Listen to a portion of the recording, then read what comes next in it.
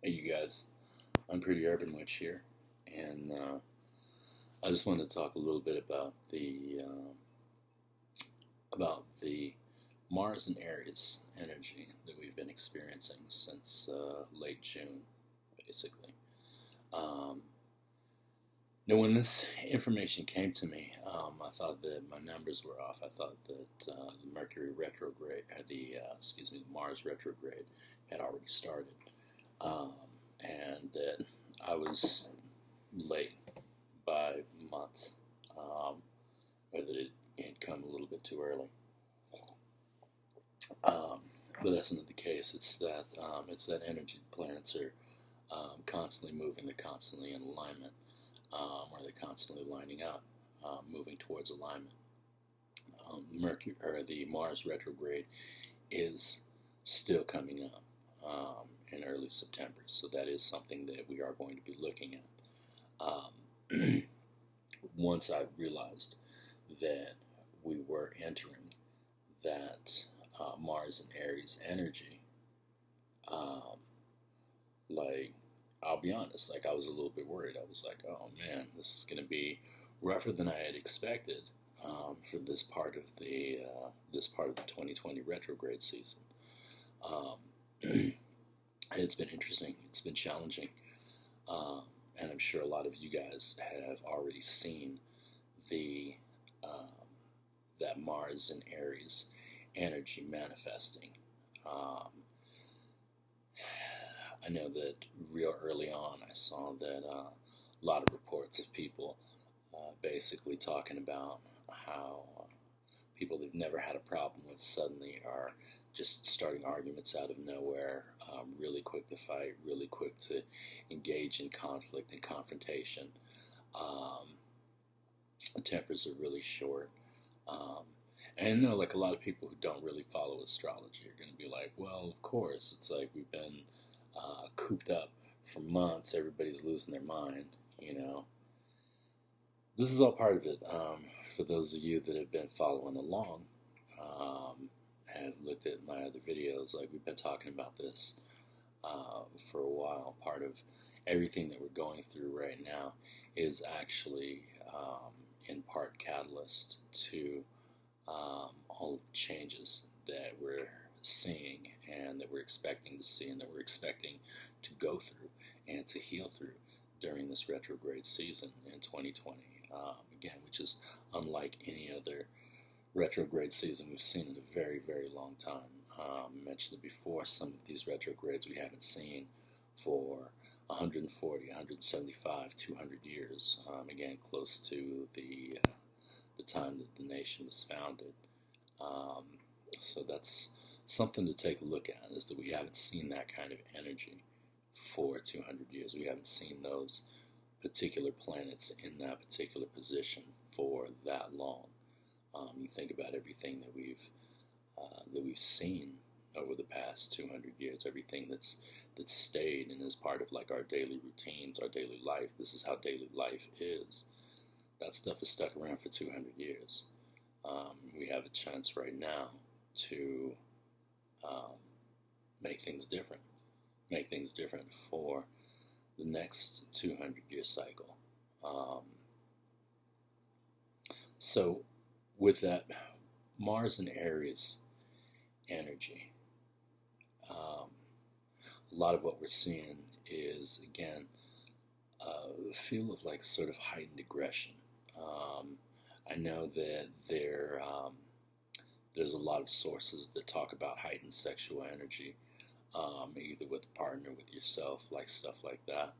Um, a lot of that just kind of brewing around, rolling around inside of you, and looking for an outlet. So there's that too. Um, I'm an Aries. I'm an Aries sun.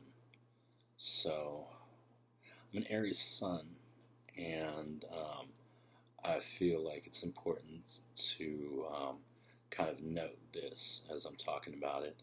I came from a dysfunctional, um, dysfunctional, toxic environment when I grew up, as a lot of people did. And as we've turned into adults, we've realized that there are these cycles. There's this chain of dysfunction and toxicity that we can either choose to perpetuate, or we can choose to be the link that breaks that chain, right? And even as a child, I knew that I didn't want to treat anybody else that way. So even as a kid, like, I was ready to break that cycle. And it took a very long time. It wasn't until my early 20s that I realized that I was, even though it was not my intention, I was still performing actions and performing acts that were perpetuating that cycle. And when I woke up to that, I started working very hard and very intently on working on, like, my own anger management issues. It's been a thing I paid attention to for a very, very long time,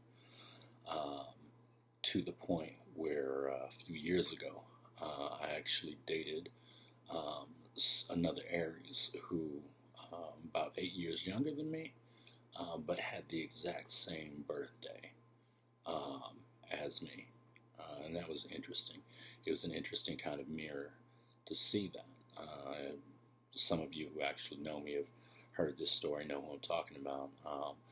The point that where it really became clear was we're in traffic, and they're screaming through their windshield at everything that happens as they're interacting with traffic. I mean, literally screaming. Like, I rolled down the window because the pressure was, like, so much with all of this screaming.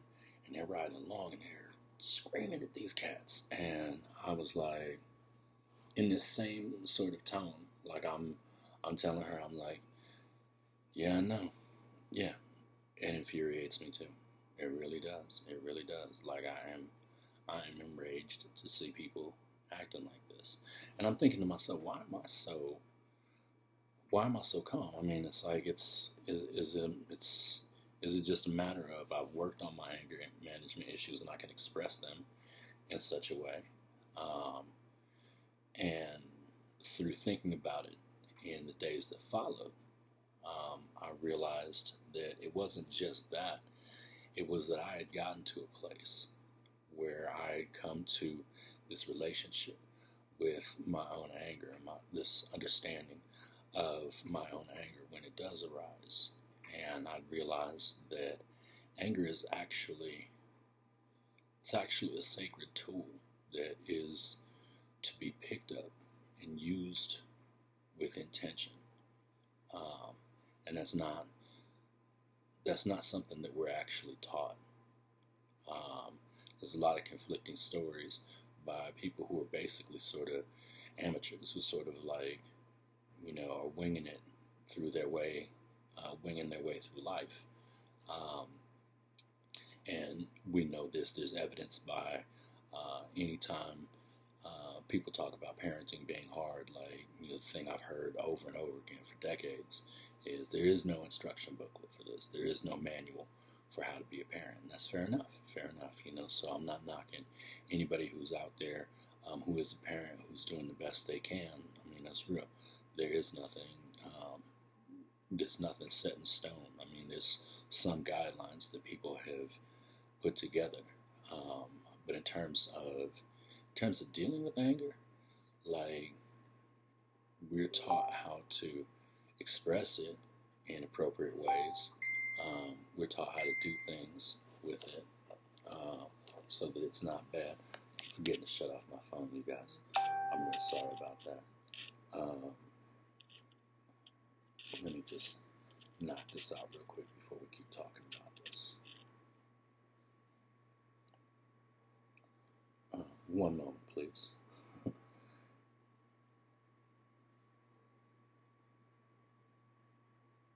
So, in never really being taught how to deal with our anger, we do the best we can with it.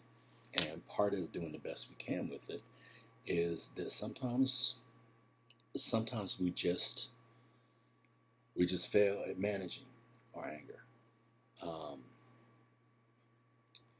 And in failing to manage our anger, how that shows up in life, how that manifests in what we do with it, is that a lot of times we tend to treat our anger as this wave that we're trying to basically just ride out and ride to shore so that we can get back to standing on stable ground.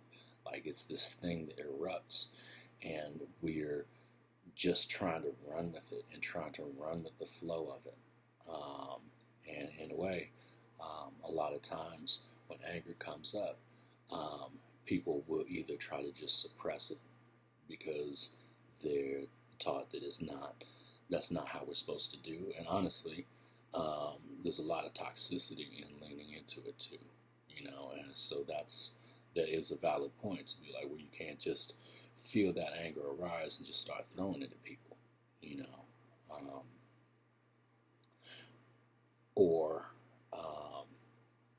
that's exactly what people do, is that people feel that anger and they say, well, I'm going to express myself, right? Like I was one of those cats. Like once I got out of this situation that I grew up in, like I told myself, I was like, I'm never gonna not express myself ever again. So anytime my anger came up, I expressed it. However, I was quote unquote inspired to express it. But again, since then, I realized I went through these phases with my own anger, where the first sort of like phase, the first milestone that I hit in terms of my own anger management was reaching this place where every night when I went to bed, I would take inventory of my actions and I would take inventory of my feelings. And I would say there were times, on those days, I'd say there were times where I did feel anger. And I saw it as this beast that was desperately trying to get out of this cage. And I was the gatekeeper of my own anger. And I didn't let that beast out of that cage. And that was helpful. That was helpful for a while. That was one of the first big milestones that I really hit.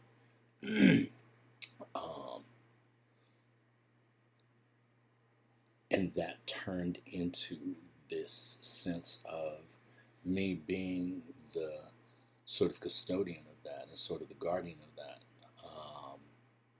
in terms of realizing and recognizing there was anger and realizing there was people trying to goad me into violent situations and me being like, I'm not going to do this. You don't know who I am and who I used to be, but the fact that I'm not engaging in this invitation to violence or aggressive conflict like this isn't a matter of me being perceived as weak as you are perceiving me in this particular situation. This is a matter of me protecting you and those around me. We can go back to that. You and those around me from the destructive force that's within me, No, I said let's go back to that. That's an important point to recognize on this journey that I was on, is that I saw it as I was protecting this destructive energy from the world outside. Like I was the only person who could keep this destructive energy from pouring out and affecting the lives of others. But the point that I wasn't looking at was that I was also protecting myself from the consequences of letting loose that destructive anger. And that's something that in the past couple of years I've started a lot more. A lot of the work that I've been doing is turning things more internally and paying attention more to my own needs and how I'm taking care of myself instead of just being the finger in my own dam that's preventing it from breaking, and I've started to recognize that, and thus we come to the other milestone, most recent milestone of this, which goes back to talking about this partner that I was with and the realizations that anger is a tool, a sacred tool to be used with intention. The analogy that I used when I talked about my partner is that it felt like she had just rolled down the window and was just throwing handfuls of anger coins out the window at everybody, just hucking them, just throwing them at people. You know what I'm saying? And I was like, what a waste. What a waste of a sacred tool. And in those days, like a few years back, I really started to hone in on how I spend my anger. Like, I got a pocket full of anger coins. I got a backpack full of anger coins. And I'm not just going to throw them out there. I'm going to spend them. I'm going to spend them intentionally. Not even necessarily, as we like to say, appropriately. Because, like, the more I thought about it, the more I was like, what is appropriate, what isn't. Even working with a lot of the practitioners that I've worked with, I've also seen a narrative arrive. Like, I was raised, the way that my mama taught me was that whatever you put out into the world, you get that back threefold. I know a lot of people will recognize that and be like, "Oh, that's pagan, that's Wiccan, that's the threefold rule." And I've seen a lot of people say, like, "Well, I don't abide by the threefold rule. I don't believe in that necessarily." And a lot of the people that I've seen who hold that are people that are very comfortable performing hexes, performing work that, like, I kind of was raised in that, like, this is sort of like negative work. This work could bring negativity into you. So I just was trying to keep my nose clean my whole life. So I just didn't really engage in that, but I respected, like, how people felt. Later I would come to realize that the reason why I did respect how people felt about that is because we all have our own jobs. And everybody has a job specific to who you are. Like, we talk about, like, we're individuals. Nobody is alike. Everybody has their own thought process, their own experience, their own way of interfacing with the world. Metaphysical practices is literally exactly that same kind of thing. All of the experiences that I have ever gathered in my entire life, all of my memories, everything that makes up who I am, that's the parameters that point me to and say, all right, you have all of these things in your toolbox, all of this memory, all of this experience, all of this knowledge, all of these skills, all of these talents, all of these things that you're good at, that you're bad at, that you like, that you dislike, that you prefer to see in the world, that you hope for, that you wish, that you dream, that you fear. All of these things get wrapped up. And the universe asks, with everything that's sitting on this table, unpacked from this toolbox, what is the job you need to do? It's not as binary as we grew up thinking, you know. Like, we're kind of like told at an early age, what do you want to do with life? You know, what do you want to do? Do you want to be an astronaut? Do you want to be the president? Do you want to be a doctor? Do you want to be a veterinarian? Like, what is the thing you want to do? So we're ingrained to think about whatever job we do as that's the thing that I am. And a lot of people, for most of my life, kind of considered, like, well, they're an artist. That's who this person is. That's who I am, as an artist. And I carried that, and I presented that. And people engaged with that and said, well, they're an artist. But I always felt like I was like, but that's not it. That's just one part of it. And how do I explain that? Like, how do I, in a world where a person steps forward and gets recognized, they get recognized for that thing. Very much like when you hear a song drift on through, a new song drift on through, then, like, the artist is like, they're known for that song. They're known for that song. It's like, you might get the album, you might like another some of their songs, you might like the songs on the next album that they have, but a lot of artists are, like, known for that song. Like, even if people never picked up the album, they know that song. So you're that person. And a lot of people will kind of lose faith in, the rest of the album or the next albums that come out, because they're like, it's not that song. It's not that song, you know?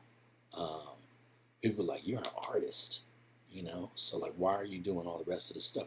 Why aren't you doing the art thing? That's what your job was supposed to do, right? No. Our jobs change from day to day. No day is the same. No matter what you do to try to create or recreate the same day or the same routine, you can have the same day, you can have the same routine. You can do literally the exact same things that you did the day before, but things are different because you now have 24 hours worth of experience that you didn't have yesterday. Like, you've gone through that. Your mind has had to think. Your mind has had to see a thing for the umpteenth time. Your mind has had to work out its emotions. Your mind has had to react to things differently. So that's just one 24-hour period.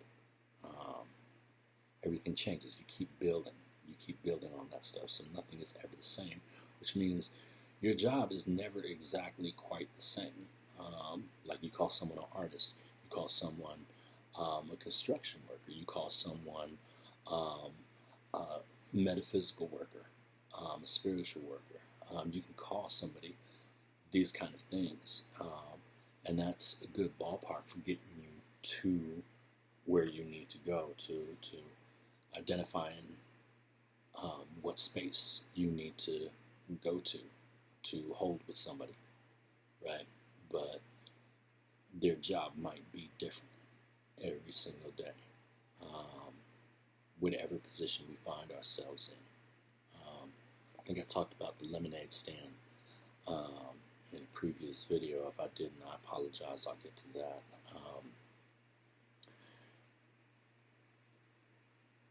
I feel like I should have notes. Like, I should have been tracking this a little bit better. I was talking about everything being different. I was talking about us having our jobs and doing our jobs. Everyone's job is different. Everyone's job is very specific. This all had to do with the anger management stuff. This all had to do with the Mars and Aries energy that we're experiencing. I apologize, you guys. I've lost my train of thought on that. I'll do better about it next time. I'll actually put down like some notes that I can just kind of follow along with, so that I make sure I'm hitting these points. A lot of it I like to really just do. I like to really just do off the top of my head, just in terms of like my own thought process and what's happening. Because I kind of derailed from like this bit of thought. I hope that some of that was useful, but let's get back on track to talking about that Mars and Aries energy that we had started talking about before we dove into like the anger stuff. Because the part about talking about me being an Aries and talking about the work that I've done for my own anger management and all of that, that's relevant to this energy that we've been experiencing since late June.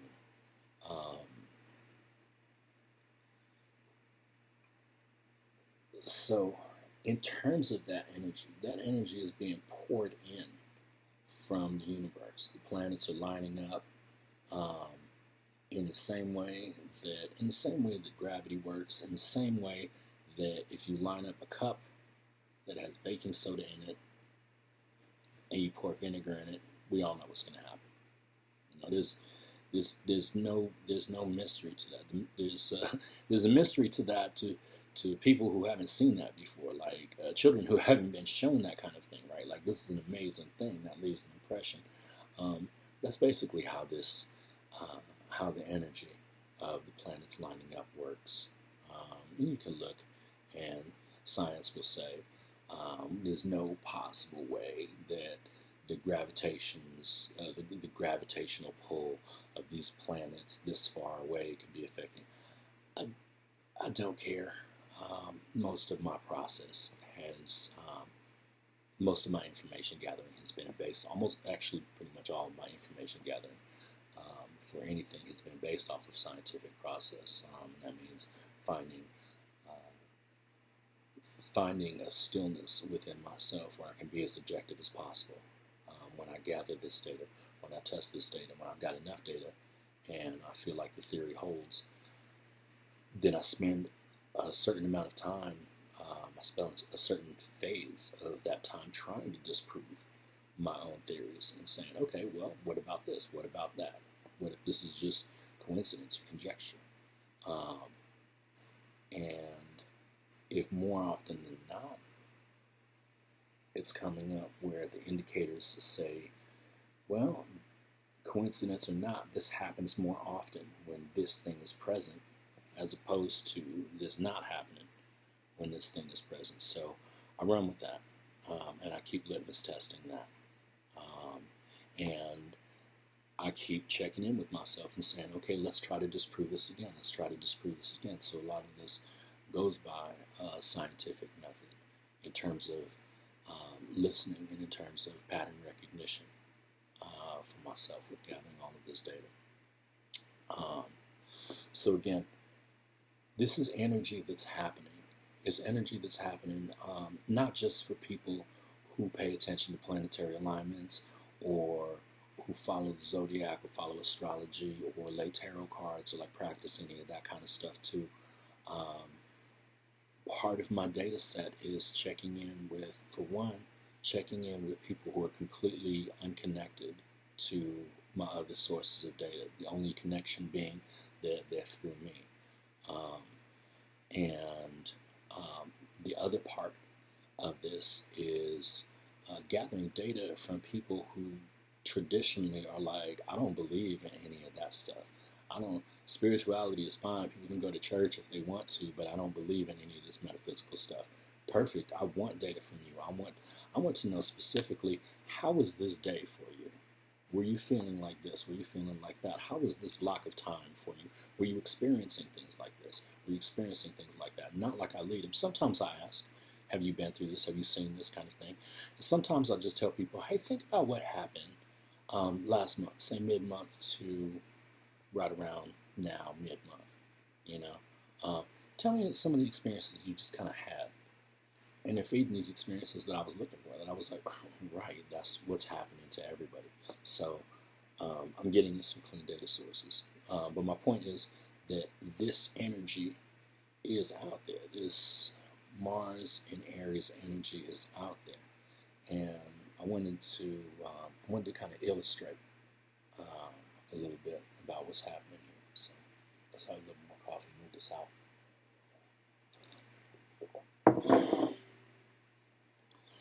So,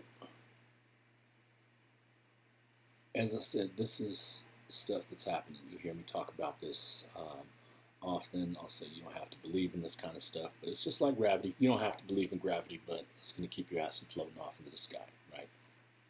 That's my belief. That's my purview. That's part of my job, is for me to see this and recognize this and keep trying to disprove this to myself. And it's still coming up the same. So with that, let's consider that Mars and Aries energy that everyone is experiencing, that we've watched everyone experience for the past couple of months, ramping up and especially like getting bigger. That's coming from the universe, right? So like the universe has all this energy that's just floating around in some, and this is terribly abstract, but it's this energy that's floating around, right? And things are lining up in such a way, right? The planetary alignments, they're lining up so that energy can come pouring through, right? And as it pours through, because of how we fit into the puzzle piece, into the puzzle as puzzle pieces in the universe, what we're experiencing is that the universe is pouring that energy into us. Now, a lot of people who haven't worked on who haven't really examined their anger or haven't really learned how to deal with that kind of stuff. I even see this with other fire signs. I see this with Sagittarius a lot too. The Sagittarius does love that sort of adrenaline hit of being filled with fire and throwing that fire right back out, right? Obviously, I've seen this a lot with Aries too, but what I've seen with Aries is that I've watched not just myself, but I've seen other Aries evolve to a point where they start letting go of that and they start considering like the nuances of the gift of anger, right? The gift of fire when we are filled with that kind of fire. So we get filled with this, right, from the universe, right? The universe is pouring this stuff out. And since most people haven't fucked with it, they don't know what to do with this shit. So as soon as they get a little bit in there, they pour it out. All right. I feel good. I'm not arguing with my folks anymore. Oh, shit. I got to get rid of this. All right, good. Well, today's a good day. Why is everyone arguing with me, man? Fuck everybody. You know what I'm saying? I'm going to get into the fight. And with that, the universe keeps steady pouring this in. The cup never really fills up because people are uncomfortable with the way this feels, with the way that anger feels. And we've been told that this kind of energy is like, this is not good. There's something wrong. There's something you need to process through. Yeah, sure. There might be some shit you need to process through. There might be some shit that you need to deal with. But people aren't holding on to it because they can't, because they don't. It's like staring into the sun. You can't stare at the sun too long. A lot of people are experiencing that kind of thing with this energy. They're like, I can't hold this. I want to get rid of this. This is uncomfortable. This does not feel right. Right? What I've been doing this entire time, and I recognize there's especially some other fire signs, and not just fire signs, like I've seen other signs who are working on their own spiritual growth. I've seen them sitting on this, and I've seen them over the past months just letting the universe trickle it in, and trickle it in, and not pouring it out, and holding it, and holding it, and holding it, and holding it. And this is where we're at right now. We've got about another month before Mars stations retrograde in Aries. And we already know retrogrades are when shit really happens.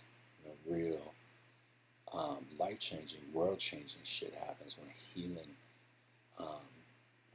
is more available, more readily available, and in much more intense ways than any other time. When there's Mars in Aries retrograde, this is kind of the crescendo of the symphony that we've been seeing this entire time. You want your indicators, you want your parallels. Take a look at what was happening prior to shelter in place. Pay attention to your news feeds. Pay attention to the energy that people were experiencing before that. Pay attention to the ride that literally the entire world has been on since shelter in place rolled out. Look at the similarities. Look at everything that's been happening. Look at what we've been building to. Geopolitically, sociopolitically, culturally. Look at all of that stuff and realize that, like, project it out. Use your own pattern recognition, sensitivity. Be as objective as possible. Look at the data itself. And you'll see we are moving towards this crescendo. Not only is Mars in Aries, Mars going to be in retrograde, Mars in Aries. But in the middle of that Mars retrograde, we're also experiencing the final Mercury retrograde for the year. And that's going to be that real point where the music swells. That's going to be the point where all of this shit happens. We've been talking about this since last year even. We've been talking about like world-changing shit happening. This is that pivotal point. What we decide to do or not do is going to affect the way the world looks once these retrogrades start to smooth out, once we're done with this crescendo, once the music is starting to kind of like come down. That's what's going to be affected. So this is where I am. I haven't been pouring this energy out. Like I told friends of mine, they say, how are you doing with this? You're an Aries. How are you doing with this Mars and Aries energy out here. And I said, I can hear Mars and Aries outside in the streets, whipping the bull roar around, like trying to get everybody fired up, telling everybody, get out your houses, come stab the shit out of each other, just come get into fights. They're calling for this, and people are doing that because they're getting filled up and they're pouring it out. They're getting filled up and they're pouring it out because they don't want to hold on to this energy. This energy that's been with us for a couple of months is going to still be with us for at least another couple of months, for at least a few months, I think, something like that. That energy is going to keep pouring in from the universe. It's going to keep pouring in, and people keep pouring it out. But what I recognize as a fire sign is that energy that's getting poured out, that is the type of energy that someone like myself, a fire sign, that's the kind of energy we need to transmute the world. And right now, I'm being filled up with more of it than I ever have experienced in my entire life. And I had to go through that journey of not just letting my anger take me on this runaway train, I had to learn that I can sit with this anger and I can store it and I can then call upon it when I need to. Good example for this is, how a lot of people who pay attention to cultural and socio issues, a lot of shit that's going on, there's some days where you just don't want to fucking show up, right? Like there's some days where you're like, it's all overwhelming and it's terrible, and I know that Black Lives Matter, and I can't fucking show up to be a good ally today. And we give each other permission, we give ourselves permission to say, hey man, take the day off, set this down for a minute. Like, take care of yourself, do what you have to do to take care of yourself so you can get back in the fray. The thing that's always fucked with me is that anybody who you say you're an ally to, these cats don't really get a day off. These folks don't get the option. They don't get to say, you know what, I'm gonna leave my house today and I'm just not gonna engage in bigots coming at me. And you know what? I'm not gonna engage in thinking about or putting myself in danger of being killed by somebody because of how I look or how I live or who I am. They don't get that option to just take that day off. And it's fucked up, and it's a thing that I've had to kind of struggle with, especially when I've heard allies be like, you can't just fucking push people to their edge. People need to take care of themselves so they can continue. And I'm like, that's real. That's real, but this shit was supposed to be a sprint, man. And it's turned into a marathon. We've turned all of this into a marathon way of living. We tell ourselves these narratives, and we tell each other these narratives that change is going to take a long time. And like we placate each other and we say, we'll probably never see it in our lifetime. Until this year, that was pretty much true. We didn't even have that energy to work with. We had these tiny little cups that even if you could sit with it, you could only get only so much energy poured in from the universe. And this year, 2020 hit, before the retrogrades really started, everybody was issued much larger cups to work with. And me, I've been letting that cup fill up and fill up and fill up. Because, again, as a fire sign, as an Aries, recognizing that this Mars and Aries retrograde that's coming up, it's going to be some major shit happening. And, again, this kind of energy that's being poured into us, has been poured into us since late June, all through July now.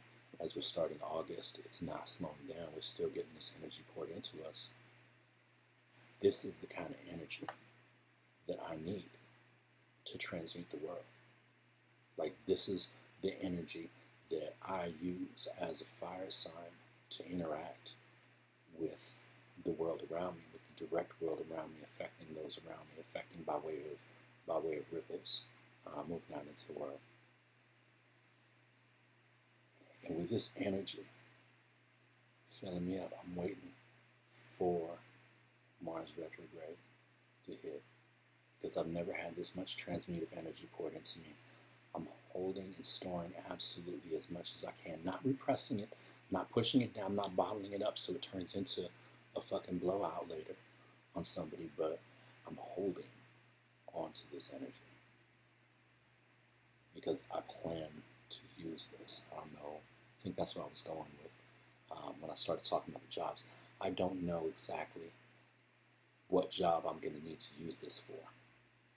Like when Mars retrogrades, but I know that when that job comes up, when it suddenly is clear to me, oh shit, I am the person who knows about this specific situation, that knows what to do, that has the tools and the talents and things that I've worked on my whole life. When I see that situation, I'm going to have all the energy I need to really do some heavy lifting.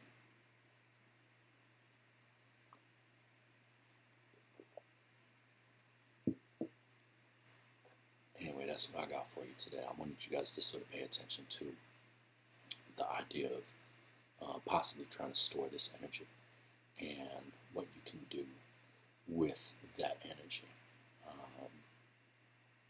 Talk to other fire signs about this, specifically in sort of counseling other fire signs. For us, we recognize, that fire is our transmutive element. Like, this is what we use to create alchemy in our interactions and with what we choose to participate in, what we choose not to participate in, how we choose to interact with the world. This is our transmutive energy.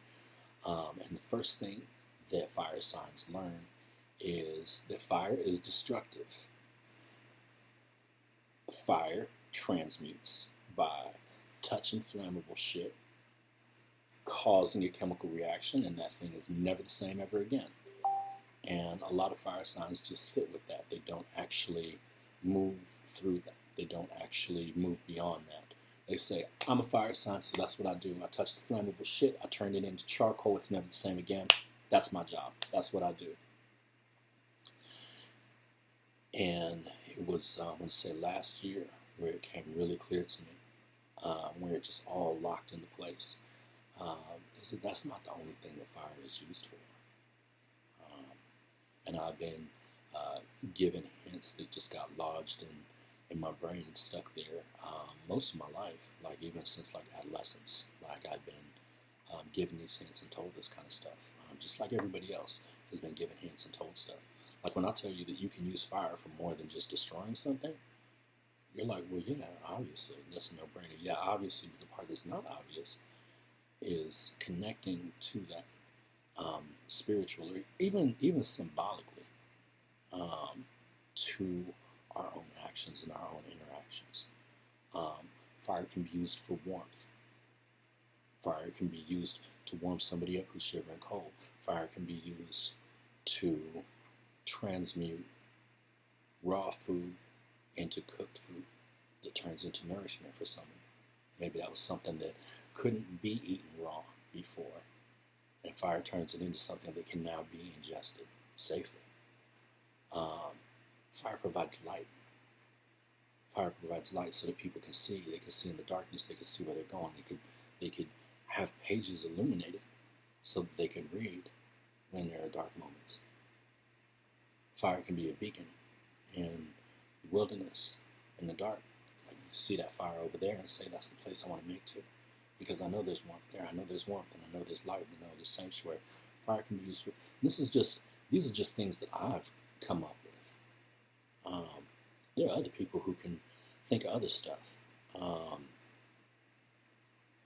set off fire in an enclosed space. It's going to eat up the air. It's going to eat up the oxygen. I mean, it's out there. You guys, each one of us, I call myself a pattern recognition sensitive, and I'm almost feeling embarrassed about saying that these days, because it's not that that's something that I have that I'm particularly talented with. It's just that I remember how to connect to this pattern sensitivity. But this is something that literally all of us as human beings, biologically, physiologically, psychologically, spiritually, we're built to recognize these patterns. We're built to recognize this kind of stuff. Like when you look at a wall outlet that you would plug some shit into. Like, when was the first time that you saw that and thought to yourself, that looks like a face. That looks like a little person's face. That's pattern recognition. That's us seeing ourselves in there. And that's just the tiniest little grain of how we already practice pattern recognition all day long. So we can all do this. And that message is especially for the fire signs out there who are struggling with feeling this aggressive energy and feeling being filled up with this energy that we're going to need to basically hold on to and use effectively as much as we can during this Mars retrograde. That message is for you guys. And recognize the patterns that you've seen per who you are, per what your experiences and memories are, per everything that you've interacted with, everything that shaped you to who you are. It's not specific to fire signs. Everybody do this shit. But fire signs especially, and be thinking about your transmutive element of fire. Like, don't just go off of just what I said. Try to explore and say, well, what else? In what other ways does fire change the world when it interacts with it? And I mean, when I say it goes for everybody else too, every zodiac sign has an element that it's tied to: fire, water, air, earth. Think about what your transmutive power is, what your transmutive energy is. How does earth affect the world when it interacts with it? How does air affect the world when it interacts with it? How does water affect the world when it interacts with it? Think about that. Marinate on that. Think about all the ways. You're going to get some right off the bat. First off, water. Water makes tsunamis. It can drown you. It can give you life. Cool. Those are good off the bat, but don't stop looking for patterns. Don't stop thinking about all the ways that you can transmute. Because in thinking about that, you're filling up your cup. You're filling up your toolbox. And you're creating a sense of articulation that's going to be extremely necessary in these months to come. Damn, such a heavy note. I feel bad about that kind of shit. That's kind of where we're at. And as always, like, I talked a little bit longer than I expected to, but I guess I need to stop expecting that I'm going to talk less and just be like, it's about how long I talk. It's about how long these videos run. I hope all of you have an extremely blessed day. We're moving through today's. I should have started off with the date.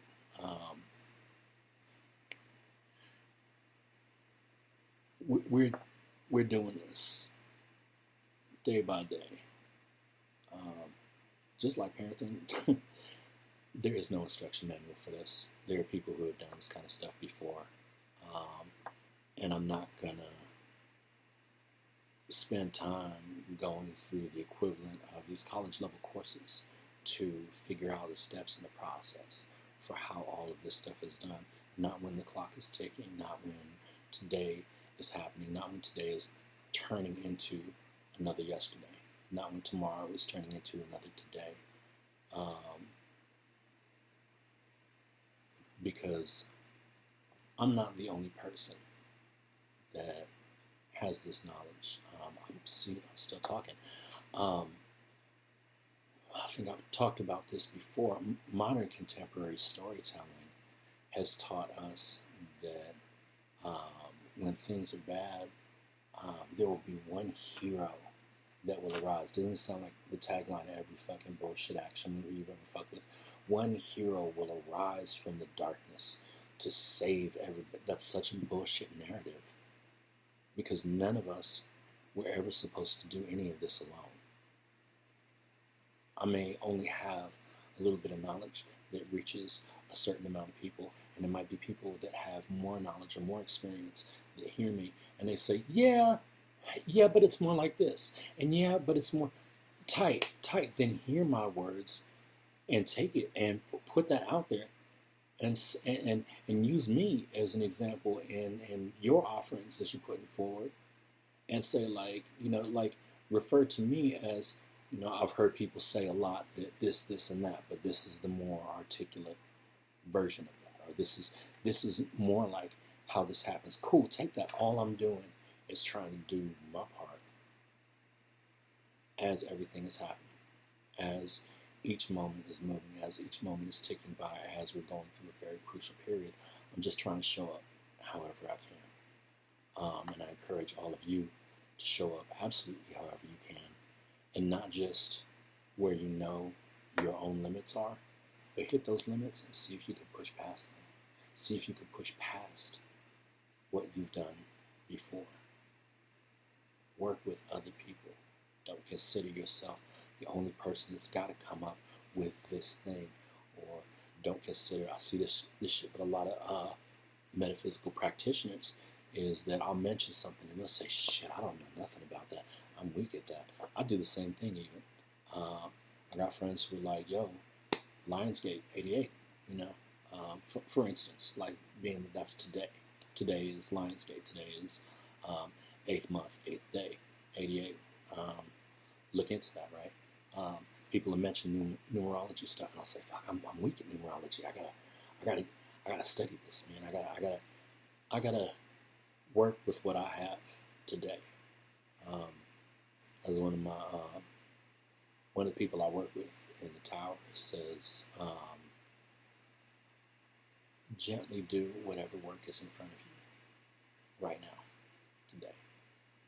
And that's what I encourage people to do, is gently do that work.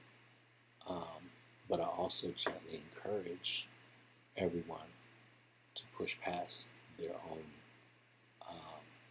boundaries, push your own envelopes, because this is the thing that we see in nature as well. When plants are starting to, when seedlings get hardened off, and when you eventually get them in the ground, if you constantly just water at the base, then all those roots, they're going to get all the water they need and be like, this is where I'm at. This is where I'm staying. Because you keep watering at the base. So the roots are like, well, cool, I'm getting everything that I need. No need to grow. No need to grow the roots, which means no need to grow the top part, because everything is fine here. But when you start watering away, from the base of the plant, roots aren't necessarily getting what they need, so they need to start reaching out. They need to say, all right, well, I know there's water over there, so if I start reaching out towards where this water is, I'm going to need more energy, because I'm going to need more growth. And that's how the top of the plant starts growing too, because it's like, okay, we need bigger leaves, we need more leaves, we need to pull in more of this sun to perform more of this chemical process, more of this botanical process that allows these roots to grow to the water, to where I need to be. So push your own envelopes, you guys. Don't just keep watering at your base and calling it cool. Make yourself work for that water a little bit, all right? Like what I'm saying here, again, I guess we're supposed to say like and subscribe, all of that stuff. Follow along, pop in. As another one of my coworkers says, these messages are timeless. So I'm talking about this on Lionsgate, the 8th month of the 8th day of the 8th month for 2020. Whenever you feel called to crack this open, and I should have started with this shit like they do. whatever. We're doing the best we can. But if you've gotten this far and you're hearing this, know that this message was intended for you to hear, that you were exactly where you're supposed to be in hearing this and getting these things. Even if you go through this whole thing and you shut it down and you say, I want those fucking 50 minutes of my life back. None of that shit made any sense. It still shaped you. It still affected you. It still is now rattling around in your brain. If you try to do the exact same things that you did yesterday, if you try to do those exact same things today as you did yesterday, it's not going to be the exact same thing. Because you have the experience. You have experienced things and thought things, and things have entered your mind, whether you like that or not. And that stuff rattles around and starts to flavor your processes of how you interact with the world, whether you know it or not. That's that subconscious shit. Anyway, thank you, everyone, for letting me be of service to anyone who I have been of service to. Again, I hope the blessings follow you. The blessings and ancestors surround you, protect you, and guide you through these days. Talk to you again real soon.